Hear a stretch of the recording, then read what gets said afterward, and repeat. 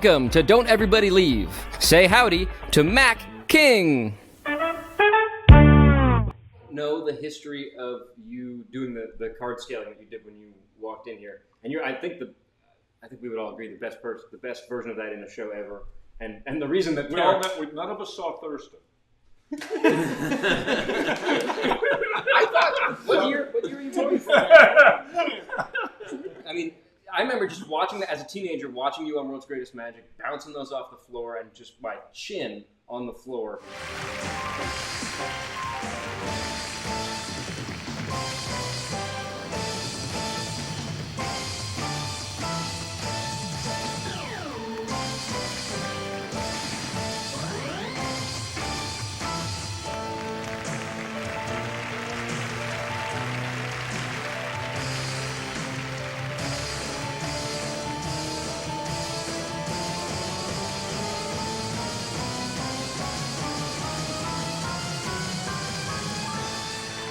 Did you realize you could do that by accident? Or I was in Atlantic City, and I was working in Atlantic City, and when hit the floor and bounced off. And, I've just been doing it ever since. But the history of it is, I saw Richard Ross do it at the Tannins Jubilee. Boom. Yeah. In the camera. Wow. And I fell in love with it then, and I knew I had to do it. Yeah. So I was working on it for years and years and years, getting it faster and faster and faster. And like I said, in New York City, I used to open with it. I mean, I would throw them right in people's mashed potatoes while they're eating, to get their attention. So, what did you just use? Like, what kind of cards did you use for this? Because you were going through them, like you're losing them. Yeah, $100 a week, and how much did that spend on cards? Yeah. It was worth it. I mean, that's what I'm thinking. Is like, how much is that costing? It didn't matter. Cards back in the 1800s were cheap.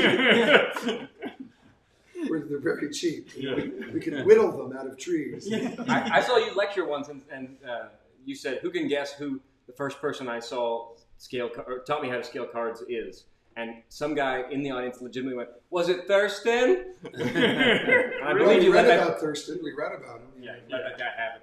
His claim was that he would have people call out seat numbers. But I can do that too. Just raise your hand and I can hit you.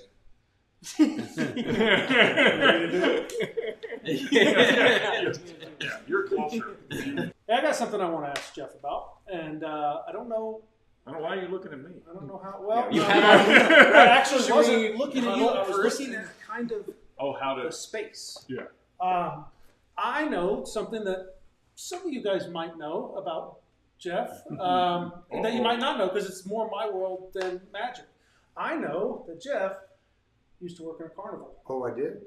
And Jeff worked in the most ruthless rob 'em blind carnival game of all time called the Razzle. Oh, nice. And I didn't know this. He has done some of the sort of Razzle speech for me before, and I brought a Razzle board with me. In case we could entice you to perhaps run through it. All right, you hold the Razzle board. Let's see. Vinny. Yo, buddy, drop stack your Macahoon on your Quayway when you came in. Did you notice it's one free play? One free play. One free play. Did you get it in the parking lot? Come over here. Come over here. Come over here. Which game do you want to play? It's a skill game. You can play. Why don't you play a skill roll? There we go. Or you can trade the bank. Which one? You got football there? I do have a football I here like somewhere. Football. Okay. 100 yards or more wins. 100 yards more or wins. Now, it's a simple game. All you need to do is get 100 yards, because that's speedway, it's 100 miles. Okay? It's a simple game. Easy. Now, you got a free play. You got a free play here. And let's see here. Where is, I'm going to look, I have never seen this chart before. But all you need is 100 yards of a win. All right? So, okay. So toss them in, and I'll show you what to do. You got 2, 16, and you got 6, 3, 4. You got 30, and 4 is what? 34? Check number 34. 34. Okay, now you got 34. That's now you only need 100 miles, so you got 34 And all you need is it's only you're almost halfway there. You're Okay. almost halfway there. Okay. So throw them on in. Okay. Now this one you got 3, 6, 5, 20, 30, and 30 and 5 equals 30 and 5 equals. You got 15 yards, right? Okay. So all you need to do is to get to 100 and you win. And it's $1 a shot, but you're like a quarter of the way there. When you win big. You get any prize off the top shelf, such as the big dog there or the television set. Yeah. He's already got 15 yards You only got 15 yards off your free play. Okay. in free play. So how many more do you need? I have my wallets over there. Okay. So So the free play card is what gets you in. let's do 20. Oh, you do 20 rolls. Yeah. 20 rolls for $1. All right. I'm getting that back, right? Yeah. Sure you are. Absolutely. All right. 2, 16, 24, and 4 is 24. Where'd you get 2? Count with me. Yeah. 4 and 6 is, 10, and 2, 12, and 4, 16, and 6 is, 22, and 6, 28, and, 31, and, 32. and check number 32. 30. I don't see it. Ah, okay, you have to roll again. Okay. And this is going to go on all afternoon, my friend. Wow. So good. And this is because you just can't count them and you can't win. No, really? Then- That's pretty cool. Yeah. I mean, come on. So this was a game that we played. Now you've been playing this, right? And you've been doing the count too. So I'm a 29 guy. So 29. Oh, you count to 29? Yeah, 29 on most of these layouts is sort of the key point. So 29 never wins on this one.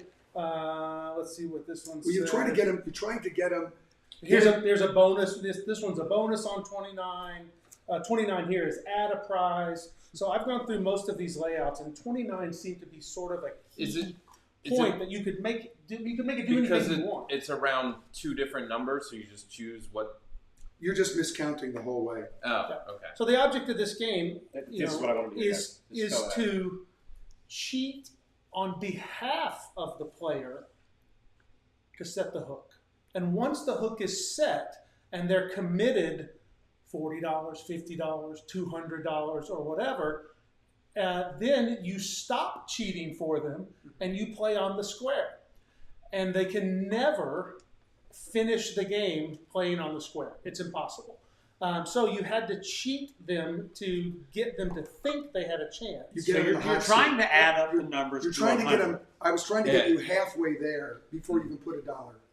Right. I'm trying to get you 50 yards, Right. and you're only in 2 rolls. Yeah. And Tilt that up. you're halfway there, and you even Something. haven't put in a. And now you can't get there, even if you Oh. count. Even if That's you what I count. was looking for. So the Free play coupons.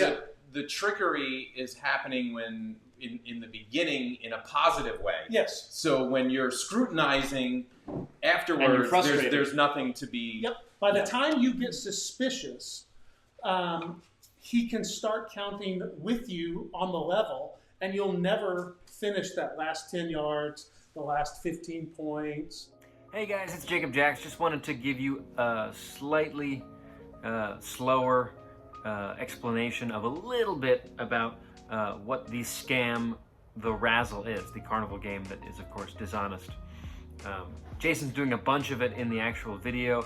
I just wanted to insert some photos here so you could see, you can actually pause this and really look at this football razzle game board that whatever numbers you land on and total you get on the board corresponds to a different number on the razzle card. And those are the yards that you get. The numbers you need to win are impossible to get where the numbers are placed on the board. You can't do it. But the way the numbers are arranged, and you can see with a number above and below every spot that a ball can land, the operator can add up however they want. And they do this quickly, and they do it to your benefit. So they lie and give you an incorrect total, but that total is what you want and as you start winning the game. And as you get very close to winning, all they have to do is stop counting incorrectly, and because of the way the board corresponds to the card, you cannot win. It's incredibly devious, and there's no way for you to catch the person doing it at that point. If you haven't caught them earlier, and there's no reason you would because they're telling you all the things you're winning, you're never going to catch them towards the end. And they take people for tons of money. And our dear pal Jeff Mcbride did this as a 16-year-old before he even knew that he was cheating people and that it was unethical. Anyway, hope that helped a little bit. Back to the show. The coolest layout I ever saw was a Star Trek layout. Oh. You had to cross the galaxy. Now, where's a bonus? Because now, right when the person, you're reading the person, right when they're, let's say this is 20 is up, and you're on your 19th roll. You get them a little What closer. you do is you fake add to a bonus. Shake me by the hand, that's a bonus, you get a toaster. But you didn't get the TV. Right. And you're only 2 miles away. So you Hook them can, right back in. You can add, give them an ad, give them a bonus prize. You can. A lot of people would run out of money playing this game, and then the operator would. I'll mark this game down as paid, and I'll keep it till 9 o'clock tonight. And it's called putting them on a send. Yep. Let them go get more money. Oh my God. That's right. So it's a strip club. Well, thank you. Wow, that was fantastic. I saw you bring that in, and I'm like, why is he bringing vinyl records? Yeah. Jeff, do you like ABBA? Yeah. And there's actually other versions of this, so you can razzle someone with anything. So it's still done to this day. Sometimes with Body parts? with ping pong balls, where they'll pull. They'll have someone fish ping pong balls out of a bucket with a bunch of numbers on them, and they add up the ping pong balls and look on a conversion chart. And anytime you go from added something up to look on a conversion chart, you're in a razzle. They used to do it with darts. You'll occasionally find add 'em up darts. Add 'em up darts. You throw 6 darts at a board, and as the guy's pulling the darts off, he's calling out the numbers. He's not really calling out the numbers you hit. He's calling out the numbers he needs to get you to whatever total he wants you to think you landed on. But it's the same concept. It's the conversion chart is the tip-off that you're really playing a razzle, whether it looks like that or whether it looks like darts. At what age were you doing this? I was 15, 16 years old. I was with a Carnival. And after the blood incident, you quit. I had to get out of town. I rode out of town with the Carnival. Yeah, the way to feel ethical doing that is if previously you ripped a kid's stitches out. I'm not ripping stitches out anymore. But they hears language that they tears-off to each other, So that's called Carney.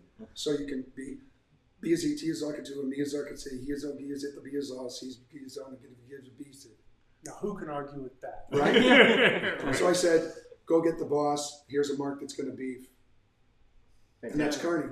So I could say that right in front of you. I could say, here's at the Bezos, he's going to be easy. It's sort of like pig Latin, right? Oh, nay. You're adding the right consonants. It's more like the LF language, really. There's a lot of these things, But that's called Carney. Yeah. I was not expecting to get to see that. Nope, me neither. Yeah. See, all the fake counting is done before you know what's going on. I have a degree in mechanical engineering. I'm like good at math, but when I am on stage, I cannot add 2 numbers to save my life. That's why you need the help of an agent. Right? The psychology is so devious. You would never question somebody able to do it. There's other Carnival games that are like that, where you literally have to cheat for the player long enough to get them to commit real money, and then you stand back and just let the game work. Play it out. Like a cat rack, where I can signal to the guy setting up the cats. He can set them up so they go down. That's the Carnival game that I worked, was knocking down cats. And you can set them up so the right one falls and the left one won't. And you can set them up in any combination by a code that you're giving to the person, and you go, how much did you spend so far? $18? I'll tell you what, here's your $18 back. here's another $18 and here's a $10. I'm going to knock down one for you. You know? Wow. Yeah, so there's all these ways to escalate the payoff. I didn't realize you were such a bastard. Yeah, I've repented though. He's been really nice for a long time. Yeah. That's what we should do at Thanksgiving, Mac, is just to set up Cheat Carney everyone. games. Oh, that'd be fun, really. Yeah. Have some carnival games set up in the back. Yeah. But then, you know what? I had no idea that I just learned from the people that were teaching me the games. Right. That's how it was done. I didn't think I was cheating people. Right. They didn't do your job. Yeah. This was just doing my job. Yeah. Yeah. Well, now I feel sheepish asking to see a magic trick. But it's not going to stop me. when you came in, you had a cube. Talking about you. I certainly have a cube. Now And it wasn't, I have various things. and that's too big to hold all those cards. I know. Well, So, one of the things that I do in my show is I actually tell the people how I want them to enjoy my show. Because a lot of people watch Penn and Teller and they think the goal of a magic show is to bust the magician. And Eugene used to say, my teacher, Eugene Berger, that magic is not always a puzzle to be figured out, but sometimes a mystery to be experienced. And when people watch a magic show, the home viewers, I look, especially on Zoom shows, you see the people that are like this, trying to figure the tricks out. And then you see the people that like to sit back and enjoy the magic. And Eugene used to say, the way you watch a magic show is the way you enjoy life. Either life is a puzzle to be solved or a mystery to be experienced. And I have a little lesson in magic that So I say, by a show of hands here, how many people sit back and enjoy the mystery? My people. How many people like to figure the tricks out? Okay, this is for you.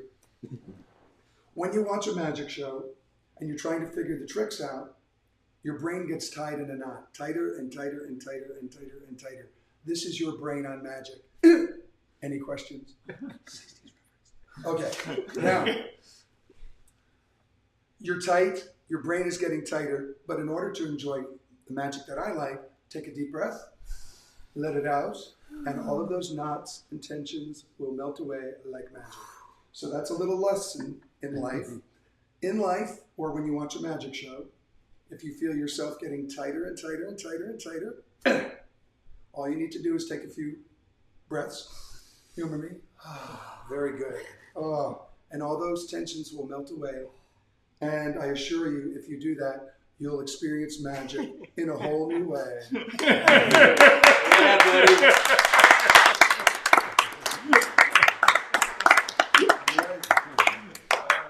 I think it's in your pants, Mac. Oh, I can do that for you. Nothing in there this time. Nothing almost nothing in there. So I took a class with you, which was chock full of the best advice I've ever had on magic. Even better than the stuff Mac tells me. It's because you never paid. Yeah. I believe you probably paid for mystery school. But you got to study with Eugene. Oh, yeah, which I will cherish for the rest of my life. It's unbelievable. And go to see the now defunct Lance Burton Master Magician show at the Monte Carlo. And that was great. And we went backstage to do Q&A with Lance, and Siegfried was there. Oh, you were at that one? Yeah. Wow. Unbelievable. And you guys got Siegfried to give us like real world magic advice. That was fun. We had pictures of that night. Yeah, it was great. Unbelievable. And I was like 17 going, this is what's going on, what's happening? This is but I was going to say, one of the things that you told us to do is to practice mistakes in your show. And it's one of the most brilliant pieces of advice. Like you said, I think you said you would sometimes kick your manip table over so that all your props would fall out, so you'd know what to do. You know what to do when it happens again and again. You know what to do. Yeah. Mm-hmm. And I always have a little emergency, little stash of props right in the wing, right off stage. Yeah. There's 10 minutes of stuff. Right there.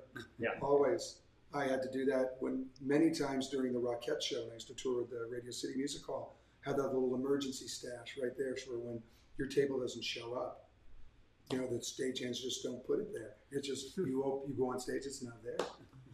Yeah. Well, in those kind of union places, you don't handle your props. Have you ever been to a union house where you're not allowed to touch your props? It's crazy. Oh yeah. Oh yeah? I have not. I mean, for me, it's they only set a stool and a chair. Right. Yeah. I carry my suitcase out, so I'm allowed to do that. Right. I've been told, but Yep. but the chair. So, but I've never not had to put a stool out there. So, but I someday I'm sure. But I'll be working off the floor, off the stage. Come out. All right. that tub of oatmeal is going to work real well. Yeah. I've had my table knocked over so many times. Now you cannot knock over my table. My table is so heavy, and you can just take. Yeah. Oh, I used to Give me a have shot, buddy. I've had a new bear pop out, turn the wrong way, and run right into my table full of crap for my act. And at that point in the show, because And this is after how many years? yeah, but it was a new guy in the bear. New bear. Yeah. New bear. Just panicked, went the wrong way. Panic. And and so He saw this 7-year-old kid. so a 7-year-old and was like, I'm going the other way. I was filling in for you and knocked over Dana Daniels' table. Oh, Really bad I was one there. time. I was there. Yeah, jumped in beanbag chairs and hit Dana Daniels' table. And Yeah. Comedy magician Dana Daniels is filling in for Matt King, and Goudeau is the middle act in that show. And so Dana sets up all of his props for his full. He's probably going to do 45 minutes, and you're going to do 15. But he has them on stage just so they're ready when he comes out, and you open. Yep. And in the first throw. he juggles beanbag chairs. I'll insert a clip. Not beanbags, beanbag chairs. You knocked over. It was loud, and everything like went everything all broke. over the stage. And you went, Dana, I knocked over all your props, and then you went back to your show. So you're welcome to come on out and fix them while I'm working. Dana was the What did he do? Came out and fixed stuff up. But while you were working? A little bit, yeah. Yeah, cool. Pushed out the curtain and grabbed stuff. You know how you can do that, man. And the funny part was, that was like I was going somewhere right after the show, so I never spoke to him after the show. I never had to apologize. I packed up stuff and left. When he came off stage, I was gone. It's nice though because it seemed because you had to go, it seemed like you might have been remorseful, but were busy. He never got to find out that you actually didn't feel bad about it at I just all. wanted to leave. So people, I would rather leave than apologize. Yeah. Which is the original title of this show. It's the original title of this show, right? Yeah. People that watch this show regularly know that I'm obsessed with soul music and Motown, and I believe you used to open for somebody. I did. Who did you used to open for? Diana Ross. I want to hear. Wait, what? Miss Ross. Yes. Okay. It's a good catch. Good catch. I want to hear every second of doing that in real time. I'm glad I brought it up just for that, even if you have no stories. No, I mean, I got the job. My manager at the time, Bill Barnes, who was Tennessee Williams' manager, he knew Babs DePass, which was Susan DePass from Motown's mother. I had a demo reel shot on film back in 1980. Yeah. And it was then transferred to like one of those giant Betamax things. And we got that to Atlantic City. Babs got it to Atlantic City to give to Terry, Miss Ross's dresser. Mm-hmm. And she timed it perfectly because this was a whole conspiracy to get my act in front of Miss Ross, which worked because I worked for her for years. And she brought me to Vegas and Radio City. I mean, it was a big break. So she gets us into the dressing room. Now, Miss Ross is putting on her makeup. And in the makeup mirror, behind the makeup mirror, is the TV. And Terry goes, Miss Ross. She said, call me Diana. She said, this is Billy Barnes' new magician. Click, click. And she knew exactly when she was like done with the makeup and just kind of sitting there waiting for the show. And she watched it in the mirror. And she said, tell Billy to get me my magician. Wow. And she liked the act. And then I worked with her for on and off for 4 years. You know, Radio City Music Hall, Circus Maximus, Caesar's Palace. That's what I came out to Vegas doing. I was tour managing, I won't say who, but a smaller act, and we were in Milwaukee. And Milwaukee has 2 theaters, the Pabst and the Riverside, that are right next to each other, managed by the same company or whatever. So they put us up in the same hotel. But Diana Ross was at the Riverside. Excuse me? I'm sorry, Ms. Ross. And we're at one of the fancy, the Pfister Hotel. It's not like you think, but it's called the Pfister Hotel. With a P, yeah. Oh, it's not the Matt King spelling. That's with your pinky extended. Yeah. And her entourage of cars pulls up, and it's just these big black SUVs, and they're just loaded with full Toomey suitcases. No Miss Ross, just 4 cars of her suitcases going into the hotel for one night. That's right. Wow. Yeah. Wow. So when you're opening for someone like that, did you have billing? Did it say and special guest? Because you know that story. I don't. I know. I'm just saying because I know Paul Provenza's story about it being difficult to open for her and not having billing. Well, Paul and I opened for her. Yeah. I know. I watched Paul. Yeah. Every night open for the her. great stand-up comedian Paul Provenza. Paul Provenza, because I'm in the orchestra pit getting ready to come up out of the floor. He's on the little strip of stage. Now, Radio City Music Hall, there's the orchestra pit, which goes down. I mean, those hydraulic stage is unbelievable. Then there's this long strip of stage in front of the main. And then there's the band and the rest of the show. I mean, behind the band. Right. Burbank, yeah. Now, I'm watching Paul Provenza every night come out on stage. And we're there for a week, doing 2 shows a night for a week at Radio City Music Hall. Welcome to the welcome to the Diana Rosso. They play the first 8 bars of Ain't No Mountain High Enough. Right? Yeah. Right. That's exactly right. Yeah. They come to worship her, right? Yeah. This is like 80s, mid 80s, right? Yeah. And with special guest Jeff Mcbride, and please welcome your opening act, Paul Provenza. And he comes out and he goes, all right, calm down. Listen, I don't know who you are either. And they go, boo, and he goes, and he's hardcore. He goes, let me explain something. When you go to a delicatessen and you order that big sandwich and it comes to your table and there's a pickle next to the sandwich and you didn't order that pickle, ladies and gentlemen, I am the pickle.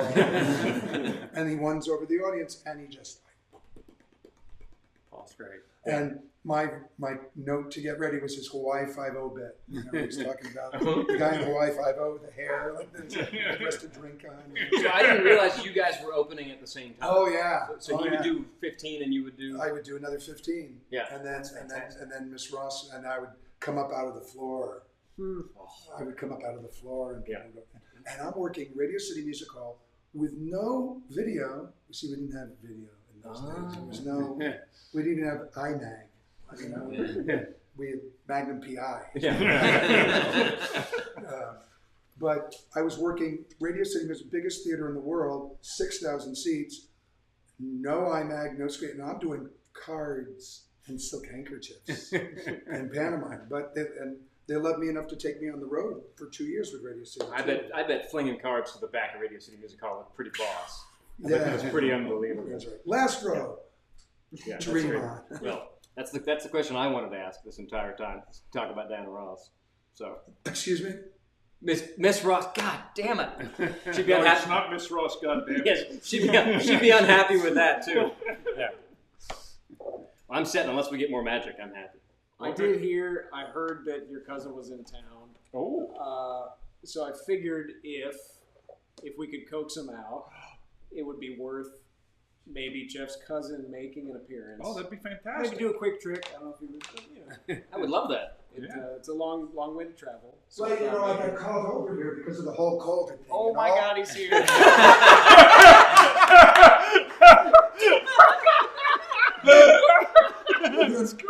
I've been over here since last fucking March. Over here. I came over to visit Jeff for St. Patrick's Day. My name is Clyde McBride. I am the fluid drip. And, you know, I heard a good one the other day. Would you like to hear it? Right. So Clancy, he's driving at night.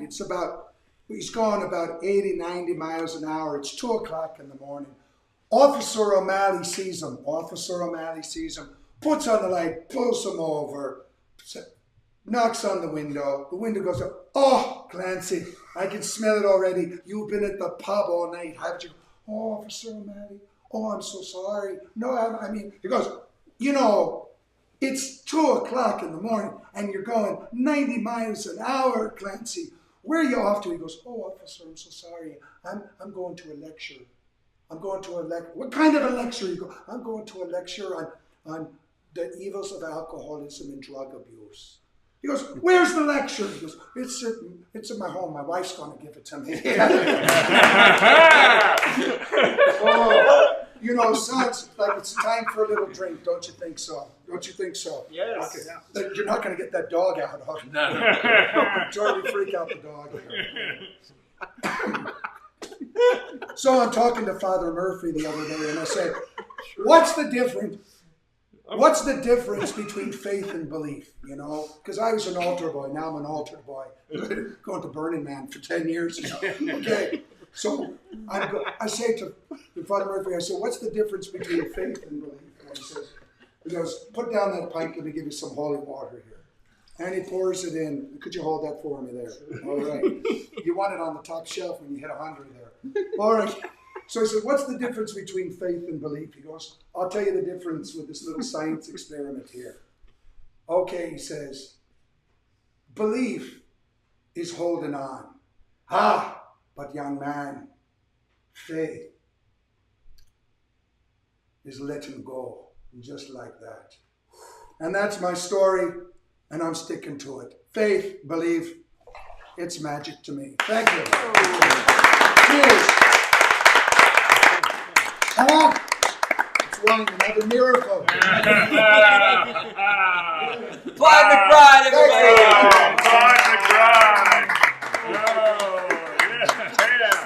Oh, thank you so much. See you later, Clyde. Bye, Great to Clyde. see you. Bye, Clyde. All right. You're not sticking around for pizza, are you?